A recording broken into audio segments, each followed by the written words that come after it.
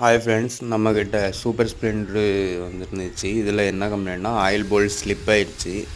திரும்பி நம்ம ஸ்லீவ்லாம் போட்டு இது பண்ணியிருக்கோம். இங்கே பாருங்கள், ஆயில் போல்ட்டுக்கு இப்படி ஸ்லீவ் எல்லாம் போட்டு நம்ம நீட்டாக பக்காவாக ஒரு பிட்டு லீக் ஆகாத அளவுக்கு ஸ்லீவை மாட்டி நல்லா பக்காவாக டைட் வச்சிடலாம். இந்த மாதிரி ஸ்லீவெல்லாம் ரெடியாக இருக்கும். இதை நம்ம மாட்டி இது பண்ணிக்கலாம். கேஸ்லாம் மாற்ற தேவையில்லை.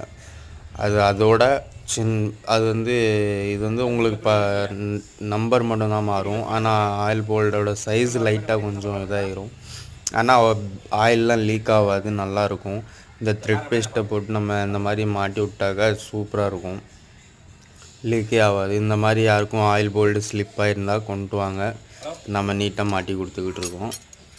Please subscribe to my channel. இங்கே பாருங்கள், இப்போ அது கழட்டினா மட்டும் போதும், அது தானாகவே கட் ஆகிரும். பக்காவாக ஃபிட்டிங்லாம் கரெக்டாக இருக்குது. இந்த போல்டை நம்ம மாட்டி விட்டால் வேலை